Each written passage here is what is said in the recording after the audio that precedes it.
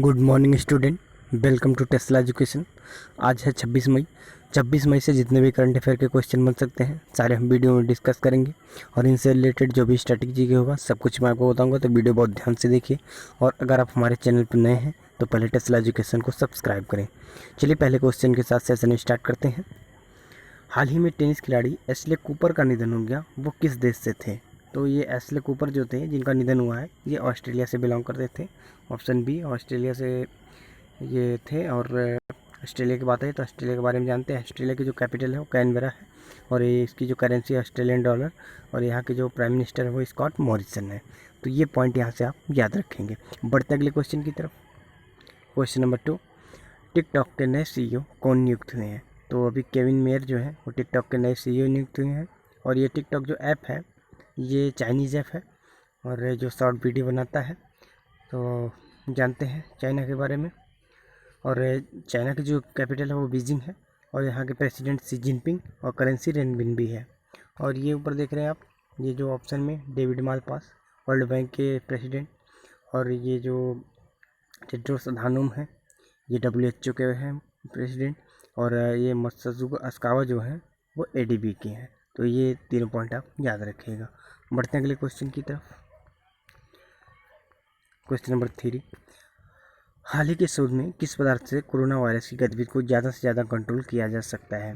तो ये जो आप देख रहे हैं कागड़ा की चाय, ये काफ़ी ज़्यादा कारगर साबित हुई है कोरोना को कंट्रोल करने में और प्रतिरोधक क्षमता बढ़ाने में। तो याद रखिएगा इसे। अश्वगंधा के बाद इसका नंबर आता है। इससे पहले अश्वगंधा जो है काफ़ी कारगर थी और उसके बाद ये कांगड़ा की चाय। तो बढ़ते हैं अगले क्वेश्चन की तरफ। और कोरोना वायरस को रोकने तथा प्रतिरोधक क्षमता बढ़ाने में काफ़ी मददगार साबित हो रही है ये कांगड़ा की चाय। क्वेश्चन नंबर 4, हाल ही में किस कंपनी ने ऑर्डर मी ऐप लॉन्च किया? तो पतंजलि ने ऑर्डर मी ऐप लॉन्च किया है। और पतंजलि के बारे में जानते हैं। तो पतंजलि के जो फाउंडर हैं वो आचार्य बालकृष्ण हैं और ब्रांड एम्बेसडर बाबा रामदेव हैं और इसका हेडक्वार्टर हरिद्वार उत्तराखंड में है। तो ये पॉइंट आप याद रखिएगा। बढ़ते अगले क्वेश्चन की तरफ। क्वेश्चन नंबर 5, हाल ही में साई इंग वेंग किस देश की राष्ट्रपति बनी है? तो ताइवान की राष्ट्रपति लगातार 2 बार बनी है साई इंग वेंग, याद रखिएगा, लगातार दूसरी बार ये जीती हैं। और ताइवान के बारे में जानते हैं तो ताइवान की जो कैपिटल है ताइपे है और यहाँ की करेंसी ताइवान डॉलर है। तो इसे याद रखिएगा। बढ़ते हैं अगले क्वेश्चन की तरफ। क्वेश्चन नंबर 6, हाल ही में WHO के कार्यकारी बोर्ड के अध्यक्ष के रूप में किस भारतीय को नियुक्त किया गया? तो डॉक्टर हर्षवर्धन जो कि भारत के केंद्रीय स्वास्थ्य मंत्री हैं, इनको ही WHO के कार्यकारी बोर्ड के अध्यक्ष के रूप में नियुक्त किया गया है। तो ये पॉइंट आप याद रखिएगा। बात आई WHO की। WHO के बारे में जानते हैं। WHO का फुल फॉर्म होता है वर्ल्ड हेल्थ ऑर्गेनाइजेशन और 7 अप्रैल 1948 में इसकी स्थापना हुई थी। इसका हेडक्वार्टर जिनेवा स्विट्जरलैंड में है और इसके प्रेसिडेंट टेड्रोस अधानोम है।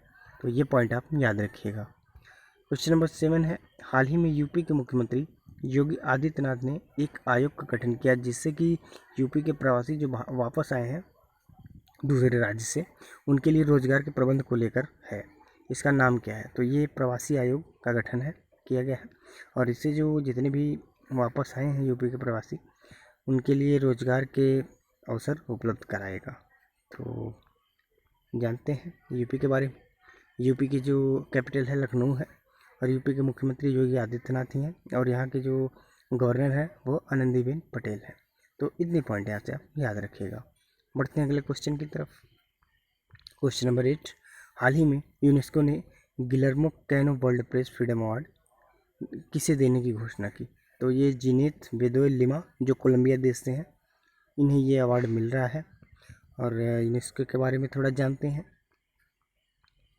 यूनेस्को का जो फुल फॉर्म होता है United Nations Educational Scientific and Culture Organization और इसकी स्थापना हुई थी 4 नवंबर 1945 को और इसका हेडक्वार्टर पेरिस है जो फ्रांस में पड़ता है। फ्रांस की कैपिटल है पेरिस और इसके प्रेसिडेंट है ऑड्री अजोले हैं। ये पॉइंट आप याद रखिएगा। बढ़ते अगले क्वेश्चन की तरफ। क्वेश्चन नंबर 9, यूरोपीय स्पेस एजेंसी के अनुसार किस स्थान पर चुंबकीय क्षेत्र कमज़ोर हो रहा है? तो अभी अफ्रीका और दक्षिण अफ्रीका के बीच जो ये मैग्नेटिक फील्ड वीक हो रहा है और इससे ये हानि है कि जैसे जो भी विद्युत चुम्बकीय तरंगें सूर्य से निकलती हैं जो हानिकारक होती हैं उन्हें ये कंट्रोल करता है। तो अगर ये वीक हो जाएगा तो वहाँ पे जितने भी रहने वाले हैं, जितने भी कंट्रीज आती है उसके रेंज में आते हैं, उन्हें दिक्कत होगी। तो ये पॉइंट याद रखिएगा। तो इसलिए जो है ये इसे वीक ना होने दिया जाए, इस पर कुछ इसका मॉडिफाई वो किया जाए इसे। चलते हैं अगले क्वेश्चन की तरफ। क्वेश्चन नंबर 10, अभी हाल ही में भारत में आतंक विरोधी दिवस कब मनाया गया? तो 21 मई को भारत में आतंक विरोधी दिवस मनाया जाता है। और क्यों मनाया जाता है? क्योंकि 21 मई 1991 को राजीव गांधी की हत्या तमिलनाडु में हुई थी और उनकी याद में ही ये दिवस मनाया जाता है। तो ये पॉइंट भी याद रखिएगा। Thank you, thanks for watching Tesla education.